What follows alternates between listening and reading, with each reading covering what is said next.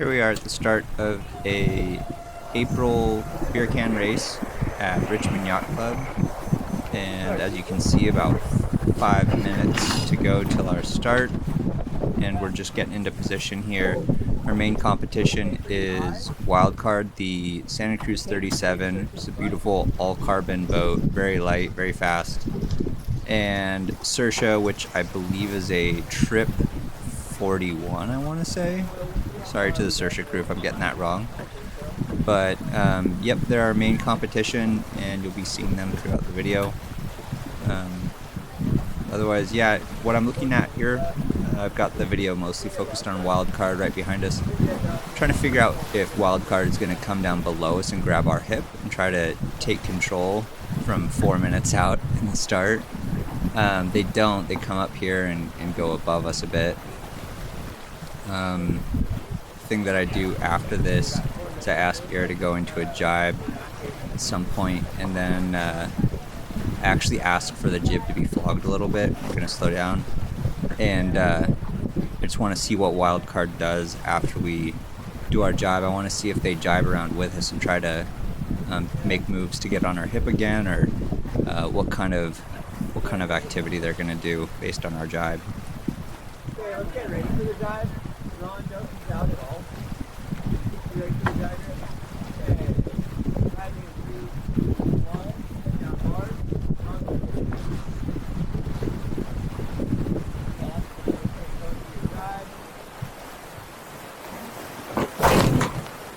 And let's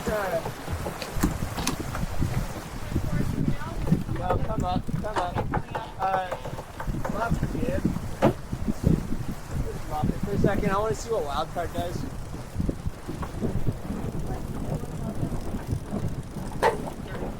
Okay, back in on jib.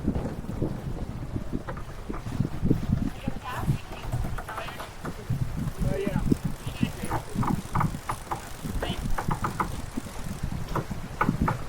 Ron, you ready? Yep.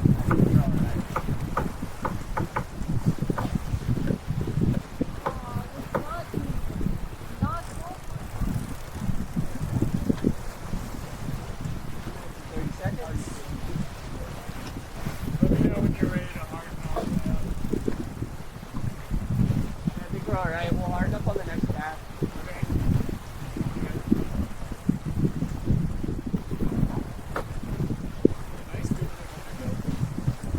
One of the really strange things about the Richmond Yacht Club Beercan races is that it's usually a bit of a tight beach start, which makes for odd starting dynamics. Everyone tries to get to the pin, which I guess is the red mark all the way to the south there, basically right on our bow right now.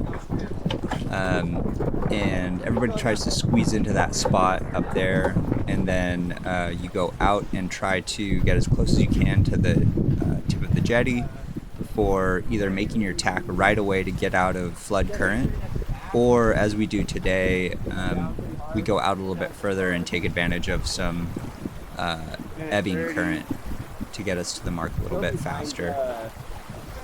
Go right here. Okay, good. Come up. Follow her up. Okay, 3, 2, 1, tacking. Go. Get it.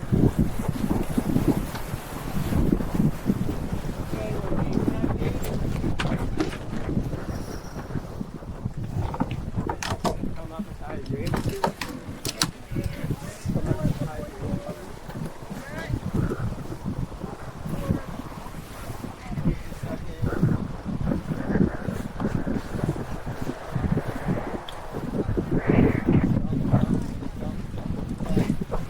Come up, guys. Come up. Don't go in there. Don't worry about it.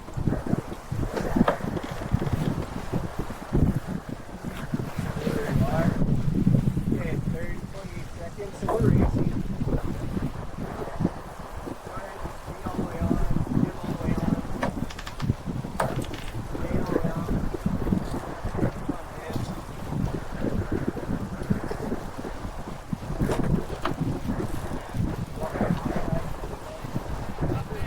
man.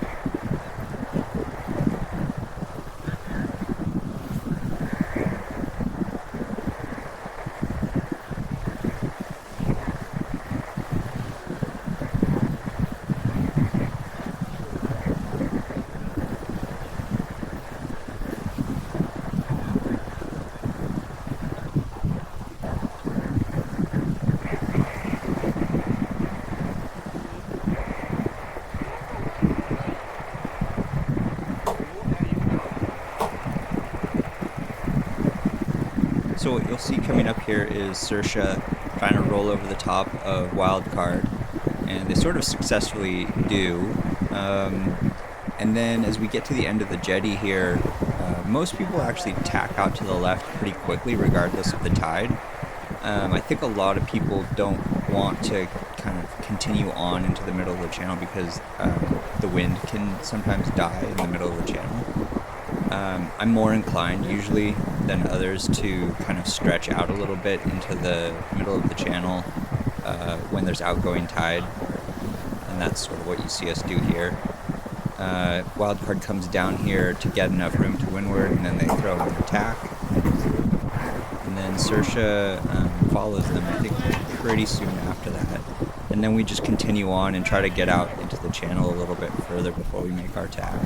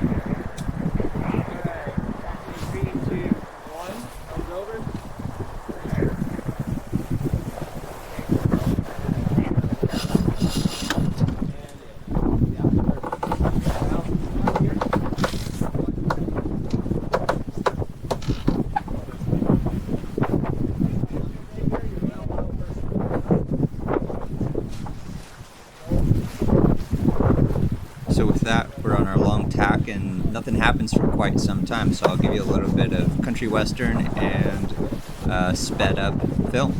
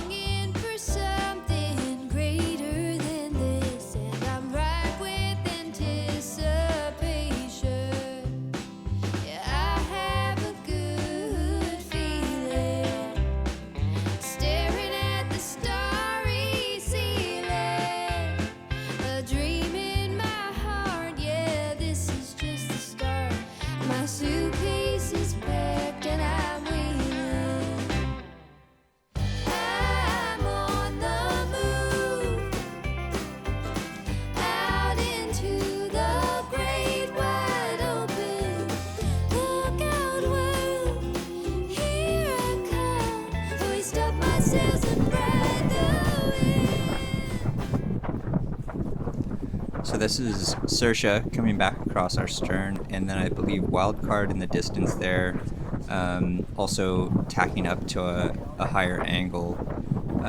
None of us are on ley line just yet, and we throw in our tack just because it's good to cover your competition when they're going in a direction that's different from you and you're this far ahead in particular. Dennis Connors all taught us that fine lesson, so that's what we do here. And yeah, we hold this tack until we get to ley line and can confidently tack back onto starboard and make the mark.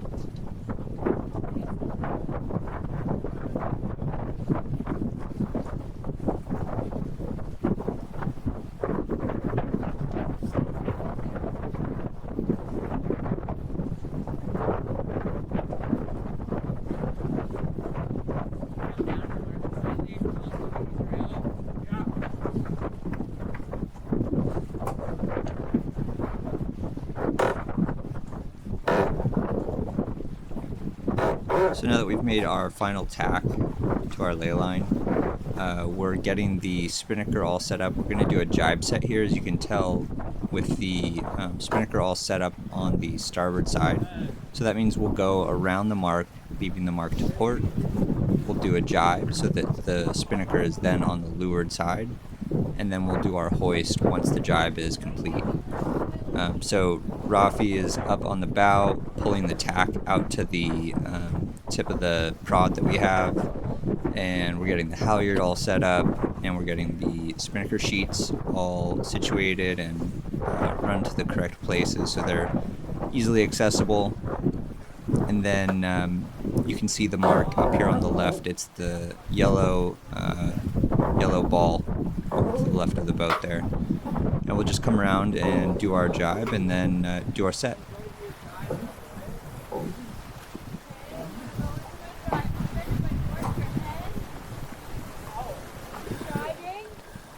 Go, go, go.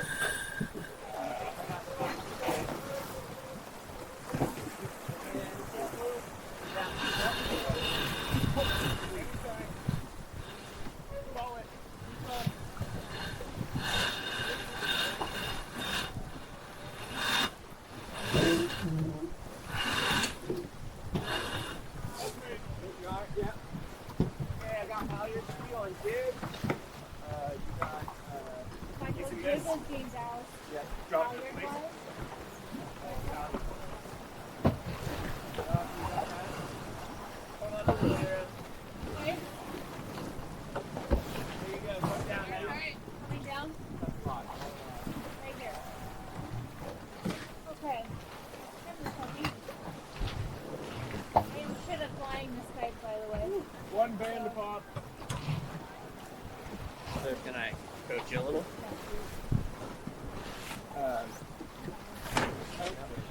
There you go.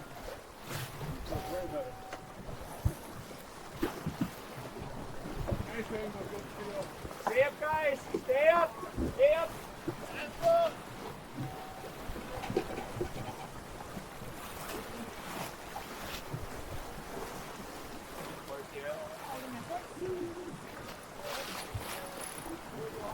Don't come down at all. Hi, Terry. Hey, guys. Hi. Good to see you. Okay, now you can reach up with your putt.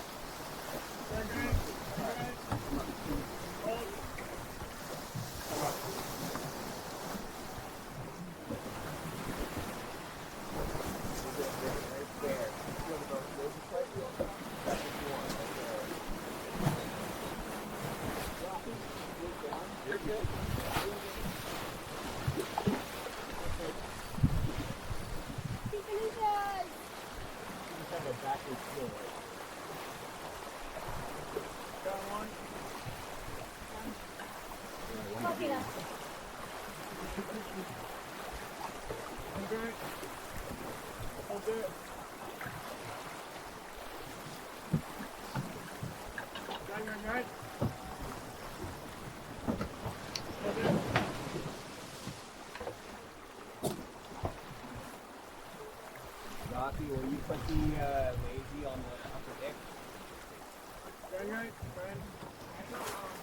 It looks ugly for some reason. Careful of the batten. See the play. No, you have two. No, I think it's three. Oh, two decks? Yeah. Yeah, like a shark. We'll actually get three. Yeah. Right. We got Saoirse riding high. Stay your course. Let's not play their game. If they can come up high enough and get separation from us, then we're in clear air. No. Say that again, please. They got a mile to go before they're on our air. Yeah, so we're gonna be all right. Just don't go too deep. You're a little deep. And just a little apology here for the distortion. I'm trying to show as much of the interaction as I can between us and Saoirse, but that also means that I've had to use quite a bit of screen warp. So what you can see in the very center of the screen is usually pretty true to what it looked like. But as you can tell from Ira's hand and head and hair all in the bottom right corner, if you go out to the corners, everything starts to get a little bit distorted. So just keep that in mind as you're watching this.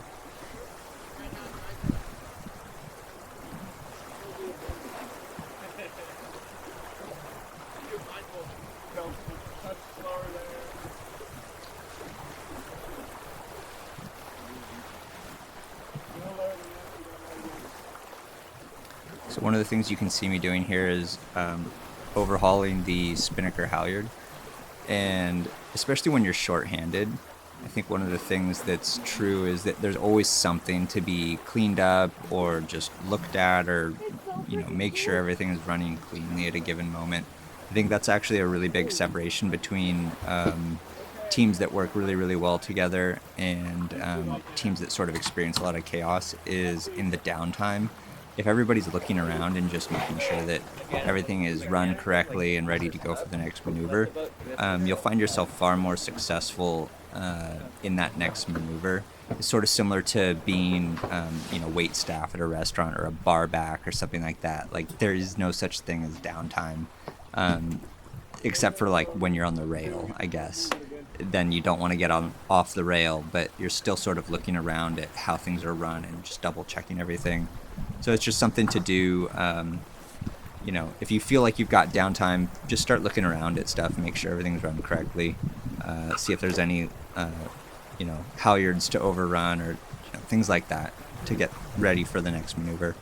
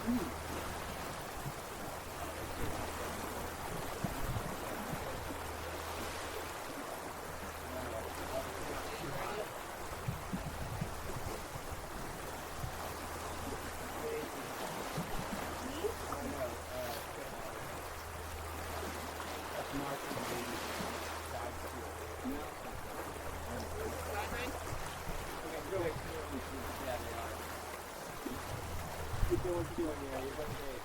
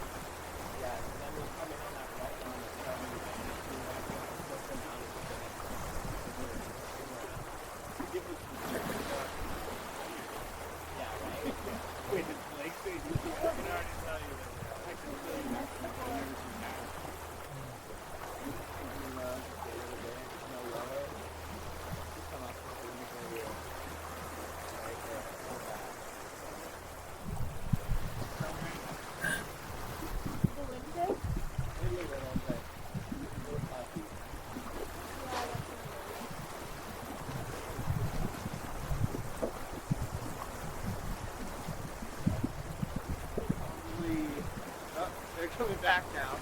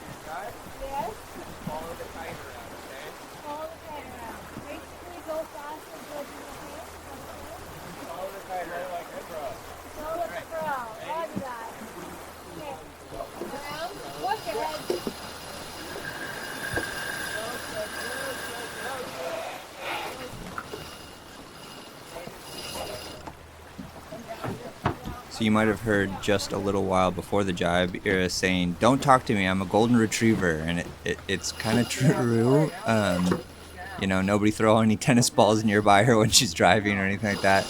And then all the discussion moments before this of, you know, just follow the kite around and slow like a pro. And then I think she got a little eager here and just kind of chucked in the jibe. But especially with an outside jibe, you want to blow your working sheet as fast as you can. Just take it off the winch and let it fly.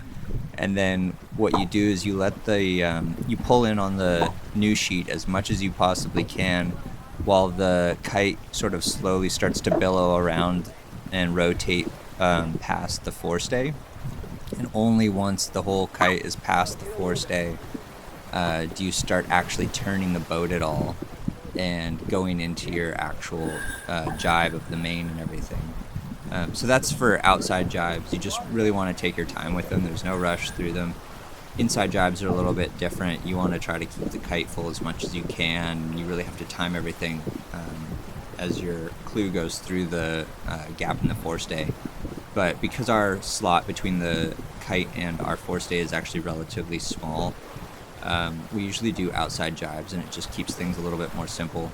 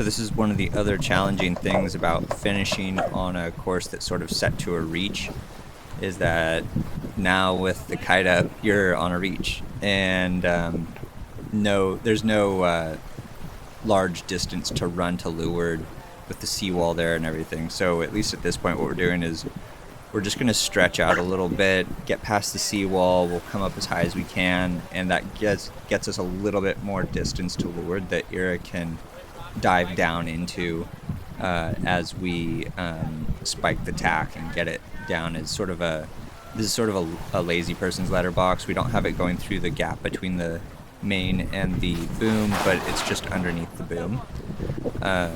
And it's something that works fairly well, especially with the takedown line in the center of the kite here. The kite sort of just folds in on itself and becomes pretty easy to manage.